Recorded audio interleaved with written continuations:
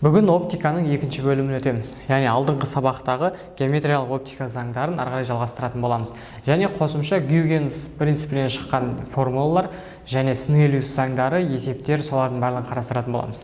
Ал бірінші, ең алдымен біз жарықтың шағылу заңын қарастырайық. Ол үшін бірінші жазық айнадан жарық қалай шағылады және біз оны қалай көреміз. Сол жайлы айтатын болам. Ал енді бірінші біз жазық айнадағы көріністі қалай көретінімізден бұрын бізге нүктелік жарық көзін адамның көзі қалай көреді, соны бірінші біліп алғанымыз дұрыс болады. Мысалы, нүктелік жарық көзі, яғни S-пен белгілеп қойдық. Енді мына жерде бір адамның көзі тұрсын, адамның көзі. Енді осы адамның көзінен, нүктелік жарық көзінен жарық сәулелері шығып жатыр, жан-жаққа шығып жатыр. Соның бізге келген сәулесін ғана біз көреміз. Және біздің көзіміздің табиғаты, яғни ол жарықтың мына сәулелерін көрмейміз. Біз кез келген затты көрген кезде біз сәулені көрмейміз. Біз оның сәуленің былай қарай артқа қарай созындысы, яғни созылып барып біріккен жерін көреміз. Яғни мына нүктені жарқырап тұрғандығын көреміз. Алыста бір нүкте жарқырап тұр, бізге ол көзіміздің үстіңгі бөлігіне де, астыңғы бөлігіне, оң жақ, сол жақ шеті барлығына жарық сәулелер келіп тұр. Бірақ біз ол сәулелердің артқа қарай созындысының, яғни біріккен жерін нүкте қылып жарық қылып көреміз. Яғни сондай біздің көзіміздің қасиеті бар, яғни мына жерде бір альфа бұрышпен. Осылай көреді көзіміз. Созындысын көреді артқа қарай. Ал енді біз айнаға қараған кезде нені көреміз? Бірінші айнаны салайын, мынау айналық бет болсын. Енді мына жерде жарық көзі орналассын. S деген, Енді бұдан жарық қалай шағылысады? Жарық сәулесі келеді, айнаға түседі. Мына жерден перпендикуляр тұрғызсақ, қандай бұрышпен түссе, сондай бұрышпен шағылысады. Және тағы бір сәулені алайық. Тағы бір сәуле келді. Ол да қандай бұрышпен келді? Сондай бұрышпен шағылады. Енді мына жерде мысалы адамның көзі тұрсын. Адамның көзі тұр. Енді адамның көзі мынаны көрмейді ғой, мына жарық көзін көріп тұрмайды ғой. Ол мына көзіне келген, яғни мына көзіне келіп тұрған сәулелердің артқа қарай созындысын көреді. Яғни мынаны былай қарай артқа қарай созып біріктіріп жібергенін көреді. Мынаны былай қарай артқа қарай созатын болсақ, бұл екеуі барып қиылысады бір жерде. Яғни ол мына жерде бір жарық көзі тұрғандығын көреді. Яғни S штрих деген. Яғни мынау бір кескін. Мына кескінді көреді. Ал енді мынаны бүйтіп қарастырайық. Мына екеуінің арасын қосайын. Бір түзумен қостым. Түзумен мынау перпендикуляр болсын. Енді мына жердегі перпендикуляр бар, яғни түсу бұрышындағы. Сонда мына екеуі бір параллель түзу сызықтар болды. Параллель сызықтар бар. Енді мынау былайынан жарық сәулесі өтті. Яғни ол қандай бұрышпен түсті? Мына жерде альфа, ал мына жерде бізде альфа болады ғой. Өйткені параллель сызықты бір түзу қиып өтетін болса, онда мына ішкі айқыш бұрыштары тең болады. Оны геометриядан білеміз, Дәл сол сияқты мына бұрыштары тең. Яғни мына бұрыш тең болатын болса, және екі үш бұрыштың ортақ қабырғасы бар болатын болса, мына бұрыш тең болса, ол мына бұрышта тең деген сөз ғой альфаға. Сонда не шығады? Сонда мына үш бұрыштардың, мына қабырғалардың ұзындықтары бір-біріне тең деген шығады. Мына қабырғалар бірдей. Сонда біз кескін мысалы айнадан бір 50 сантиметр қашықтықта орналасса, онда ол айнаның ішіне қарай кескін 50 сантиметр қашықтықта орналасады деген сөз. Мысалы, мынандай есептер келіп жатады. Айна тұр, сен айнаға қарама-қарсы бардың. Сөйтіп айнадағы өзіңді, яғни айтады да, сен тұрсың, сенен айнадағы кескінің 1 метр қашықтықта тұр дейді. Сол кезде сен айнамен аралығың қанша дейді. Айна сенен қаншалықты алыста тұр дейді. Яғни сен мына жерде тұрсың, мына аралығың, яғни мынаның барлығы 1 метр болатын болса, кескін екеуінің арасын. Онда сен айнамен араң тура жартысы 50 сантиметр болады. Яғни осындай есептерде кездеседі. Ал енді біз көру аймағы деген бар. Яғни адамның көзінің көру аймағы немесе айнаның мүмкіншілігі, яғни үлкен кішілігіне байланысты, жарықтың орналасуына байланысты. Мысалы, оны түсіну үшін енді қиын емес. Мына жерде бір айна тұрсын. Мына жерге жарық көзін қояйық. S деген, Енді бұл жарық көзі сәйкесінше жаңағыдай симметриялы бірдей қашықтықта орналасады, яғни бұл айнаны өткіземіз. Примерно осы жерде S' деген жарық көзі бар, Енді айна о жақта жоқ, айна мына жақта жоқ. Айна тек мына жерде ғана тұр. Жарық көзі мына жерде тұр. Енді біз айнаны мына жақтан қараймыз ғой. Сол кезде қандай аралықта қараған кезде біз жарық көзін көреміз, ал қандай бұрышпен қарасақ көрмей қаламыз. Яғни соны бізге анықтау керек. Оны енді білу үшін біз мына жарық көзінен аламыз да кескіннен жоғары қарай түзу жүргіземіз. Бір сәуле кетті. Яғни бұл кетті деген сөз ол мына жарық көзінен сәуле келіп мына жерге түсіп, былай қарай шағылды деген сөз. Ал енді мына жаққа шағылыстыратын айна жоқ қой, өйткені мына жаққа шағылыстыру үшін онда бір мына жерде айна болу керек еді. Былай қарай шағылса. Сондықтан осы жерге дейін ғана шағылыстыра алады. Ал астыңғы бөлігі сол жақ бөлігіне былай қарай түзу жүргіземіз. Енді елеңдеп кетті, бірақ түзу деп қарай беріңдер. Мынандай түзу жүргізілді.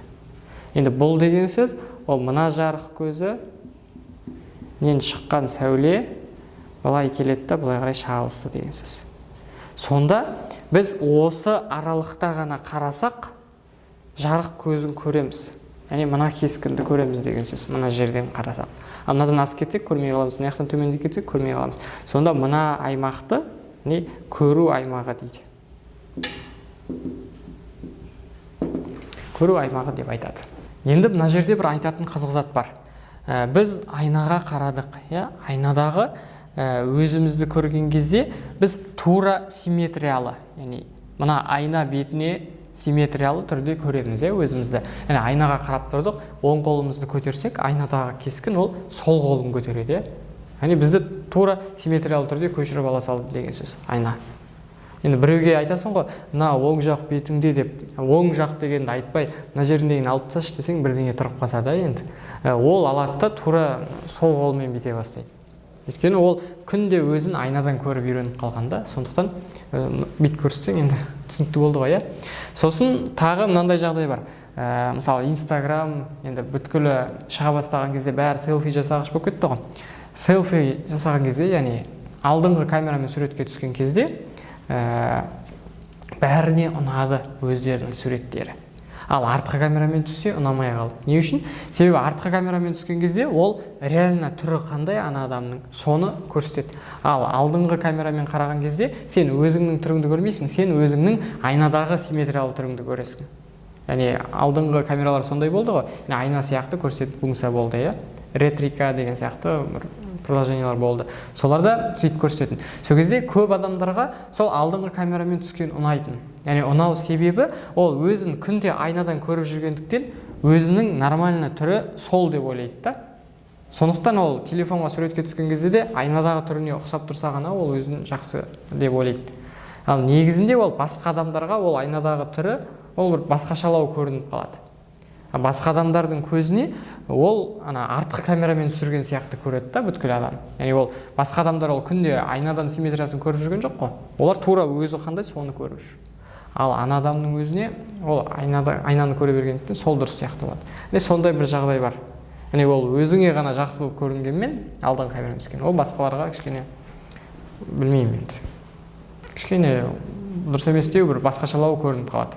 Может әдемі, может әдемі емес деген сияқты. Ол енді әркімнің өзінің көзқарасына байланысты. Осыған дейін жарықтың шағылу заңдарын қарастырдық, Енді жарықтың сыну заңдарын қарастыратын боламыз. Яғни бірінші сыну деген не екенін біліп алайық, Енді шайға немесе су құйылған ыдысқа қасықты салған кезде, яғни стаканның ішінде болатын болса, көрінетін сырты. Соған салған кезде қасық бүйтіп келеді да, ауада тұрған бөлігі келеді да, сонымен астындағы су бөлігімен бірікпей қалады, яғни бір қасық сынып кеткен сияқты бөлініп тұрады, көрініп тұрады. Яғни ол осы сыну деген сөз, яғни жарықтың сынуы. Енді ол не үшін сынады? Себебі біз жарықтың, яғни бірінші бөлімде айтқан болатынбыз, жарықтың түзу сызықты таралу заңын қарастырған кезде, жарық түзу сызықты таралу үшін ол таралатын орта біркелкі болу керек деген. Яғни ауа болса ауа, су болса су ғана деген сөз. Ал енді бұл жерде сыну дейді, яғни сол заң бұзылған кезде сыну құбылысы байқалады. Яғни мынау бірінші ортадан жарық келіп, екінші ортаға өткен кезде ол яғни бағытын өзгертеді. Яғни белгілі бір мына бетке, яғни мынау ортада тұрған бірінші орта мен екінші ортаның шекарасы. Осы шекарасына келіп бір альфа бұрышпен түседі, бірақ гамма бұрышпен қозғалысын жалғастырады жарық, сонда бағыт өзгеріп кетті. Енді біз білеміз, мына жерде қандай бұрышпен түссе, сондай бұрышпен шағылатынын, ал қандай бұрышпен түскен кезде, қандай бұрышпен сынатынын, оны бір белгілі бір заңдылықтар бар. Оны қазір айтатын боламын. Бірінші біз осы жарықтың сыну заңының біріншісін қарастырайық.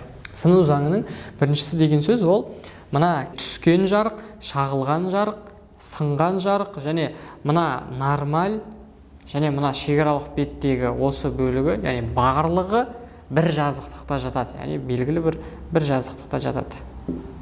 Мынаның барлығы бір жазықтық. Ол не деген сөз? Мына жарық келіп түскен кезде ол бер қарай сынып кетпейді, яғни не ары қарай сынып кетпейді. Ол тек осы жазықтықтың бойымен ғана, яғни жазықтыққа тиісті жерлермен ғана шағылып сынады. Ол түсінікті болды деп ойлаймын, шағылғанда да солай. Яғни жарық келіп түсіп алып, ол былай бер қарай кетіп қалмайды. Ол қай жақтан түсті, солай қарай осы бір жазықтық бойымен ғана таралады. Ол бірінші заң. Ал енді екінші заңы ол Снеллиус заңы. Ол Снеллиус заңы деген ол Гюйгенс принциптерінен шығады. Оны білудің ондай қатты маңыздылығы жоқ. Ол не дейді? Ол жерде түскен бұрыстың синусы, яғни синус альфаның синус гаммаға қатынасы ол белгілі бір тұрақты санға тең дейді. Яғни n2/1 деп қойған. Ол тұрақты сан не? Яғни мына жердегі түскен бұрыштың синусын есептеп, оны сынған бұрыштың синусын есептеп бөлетін болсақ, онда бір тұрақты сан шығып тұрады екен.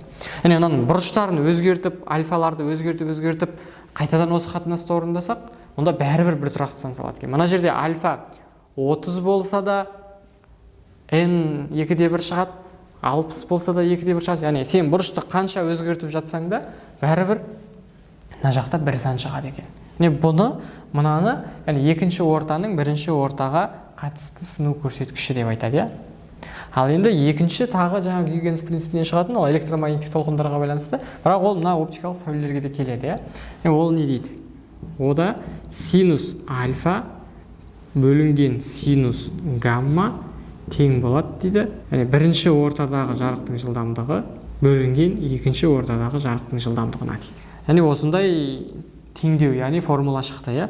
Сонда біз синус альфаны синус гаммаға бөлетін болсақ, ол бірінші ортадағы жарық жылдамдығы екінші ортадағы жарық жылдамдығына бөлгенге тең екен. Енді толық, яғни абсолют таза жарық жылдамдығы ол 300.000 км секунд.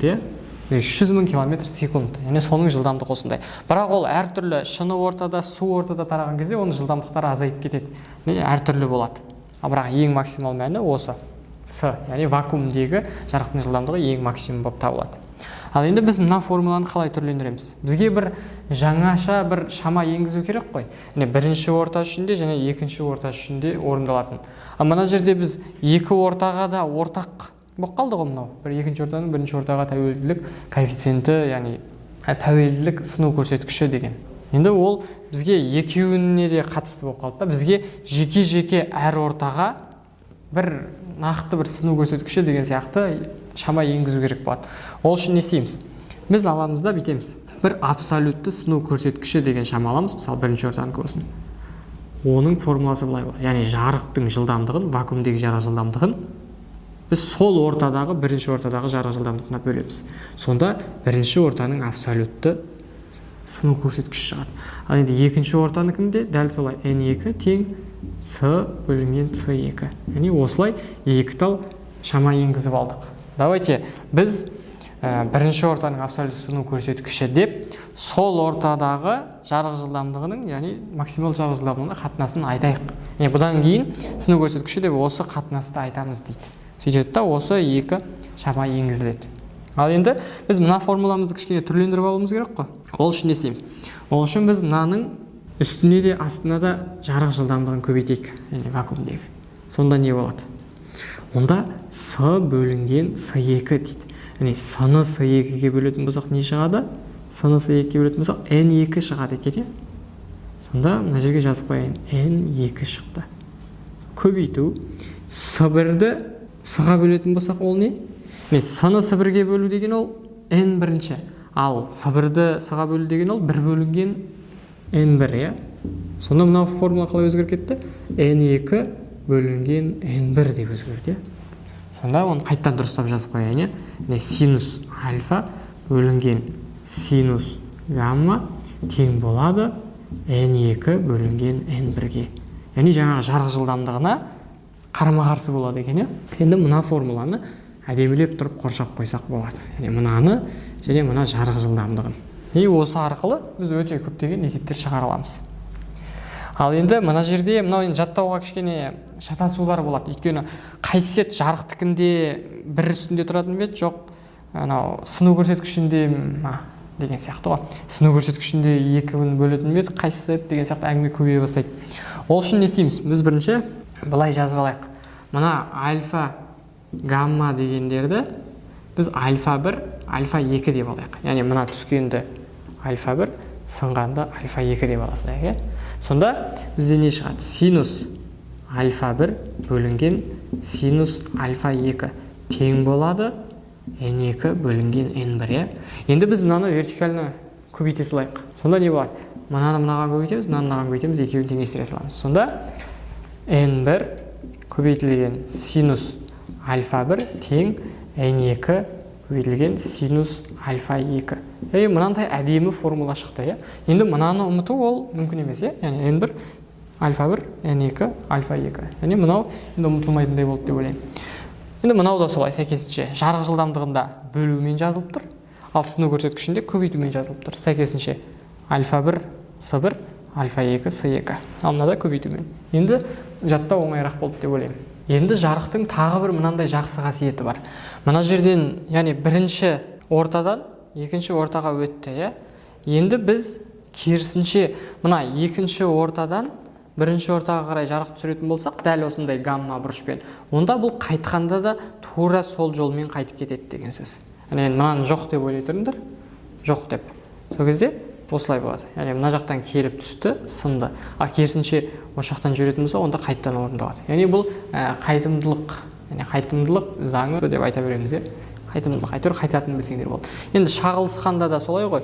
Яғни мына жақтан түсірдің, ол былай өтті. Енді мына жақтан түсірсең, дәл солай қайтады деген сөз. Қарапайым өте. Енді толық шағылу деген затпен танысайық. Толық шағылу дегеніміз не? Бағанадан бері сынуды қарастырып жатырмыз ғой. Жарық келді бір ортадан, екінші ортаға өткен кезде сынып кетті. Шағылғаны бар. Енді оны біз қарастырмай тұра тұрайық. Мына жерде не байқап тұрмыз? Мына жерде түсу бұрышы аз болса да, сыну бұрышы үлкен. Бұндай байқалу үшін былай болу керек. Бірінші ортаның сыну көрсеткіші екінші ортаныкінен үлкен болса, онда осындай жағдай орындалады. n1 үлкен болса негіден альфа кіші болады гаммадан деген сөз. Сонда мынаны біз түсу бұрышын үлкейте беретін болса, былай қарай. Мына сынуымыз үлкейе береді. Сәйкесінше, мынаны бері қарай түсіре беретін болсақ, бұрышты үлкейтіп, мына жаққа қарай.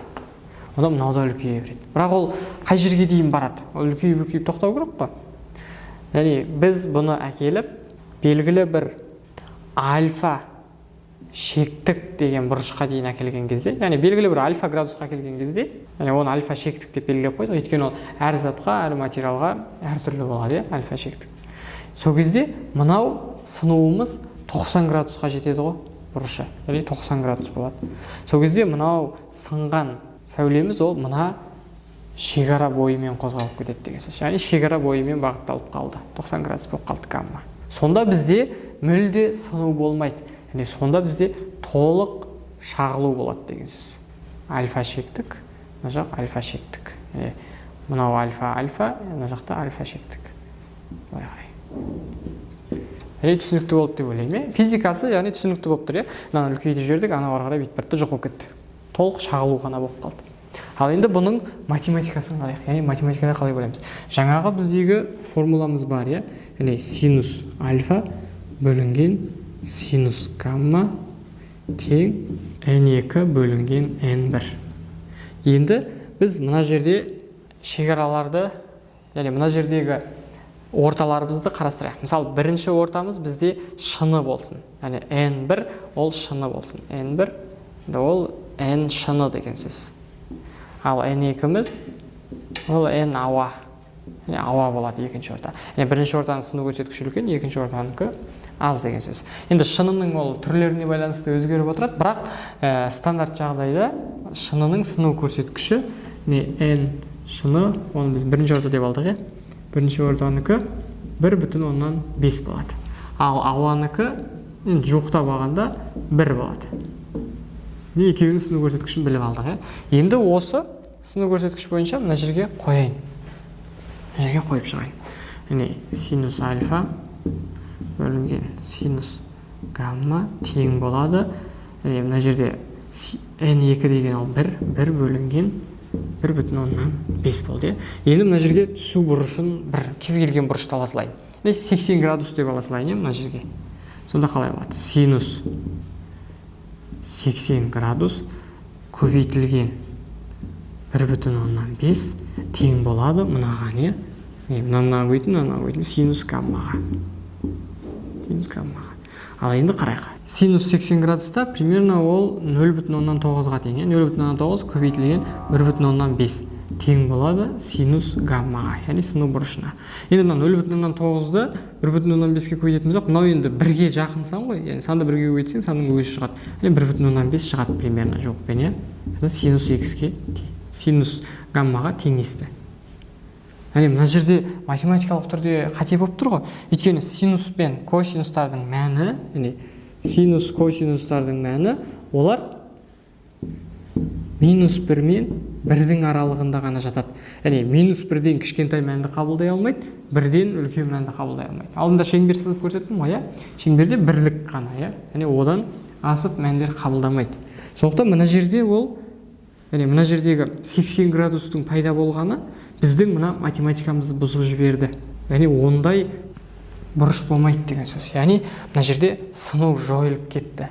Сыну ол кезде уже жоқ болып қалды деген сөз. Математикалық түрде көрсетілгені осылай болады. Альфа шектік бұрыштың не екендігін білдік, осы бұрышқа жеткен кезде түсу бұрышы біздің сынуымыз 90 градусқа тең болады, бойымен кетіп қалып толық шағылу ғана болады. Сыну болмай қалады. Оны біліп алдық. Енді ол әртүрлі орта үшін ол өзгере береді ғой, альфа шектік. Сондықтан енді біз осыны бір есеп шығару арқылы альфа шектікті қалай есептейтінімізді біліп алайық. Мысалы, бірінші ортамыз жаңағыдай шыны болсын. Ал екінші ортамыз ауа болсын. Енді осыны есептеп көрейік. Бірінші орта шыны, шынының сыну көрсеткіші 1,5 болды, ал ауаныкі 1 болды, жоқтап алғанда. Ал енді біздің өзіміздің жаңа синус алған әдемі формуламыз бар еді ғой. n1 синус альфа 1 тең n2 синус альфа 2 деген. Енді альфа 2 деген мына жерде сыну бұрышы. Ал енді бізде мына альфа шектікке жеткен кезде мына жердегі альфа 2-міз, яғни гамма 90 градус болады. Сонда мына жерде мынау синусымыз мына жерде 90 градус болады. Синус ол 90 градуста 1-ге тең. Сонда мынау 1 болып өзгеріп кетті. Сонда n1 синус альфа 1 тең n2 ғана қалды. Енді мына жерге біз 90 градусты қойғаннан кейін, яғни біз шектік бұрыш деп тұрық қой. Сонда мына жердегі альфа 1 емес, бұл альфа шектікке өзгертіп қояйық. Сонда n1 дегеніміз бізде 1,5 синус альфа шектік тең n2 ол 1-ге. Сонда мына жерден синус альфа шектік тең болады 1 бөлінген 1,5. Яғни не болды? Сонда біз мына жерде қарапайым n2-ді n1-ге бөле салдық. n2 бөлінген n1 болды. Осылай біз мына жерде альфа шектіктің мәнін тауып тұрық синус арқылы. Сонда мынаны есептесек, мысалы 1-ді 1,5-ке бөлетін болсақ, бір мән шығады. X деген бір мән сан шықты. Оны есептемей қойын. Енді ол мәннің біз енді альфа бұрышын табу үшін енді ол арк синус. Арк синус. Арк синус жаңағы x мәнінде. X мәнінде примерно бұндай жағдайда 43 градус болады. 43 градус деген ол альфа шектік болады. Яғни шыныдан ауаға өтіп тұрған кезде 43 градуспен түсіретін болсаң, яғни 90-ға кетті деген сөз. Ал 43-тен кішкене азайтатын болсаң, онда сыну пайда бола бастайды. Осылай қарапайым есептеп ала саламыз. Ал енді мына жердегі мынаны арксинус дегендерді ол қарапайым беріліп тұрады есептің өзінде. Яғни синус мынанша градустан мынаншаға тең деген сияқты. Немесе қарапайым ана 30 градус, 45, 60 градустықтарға дәл келетіндей қылып есептер дайын тұрады. Енді ол калькулятор берілмейтіндіктен ұбт-да оған бізге әртүрлі қиын мынандай жауаптар келмейді. Осымен екінші бөліміміз аяқталды. Келесі сабақта кездескенше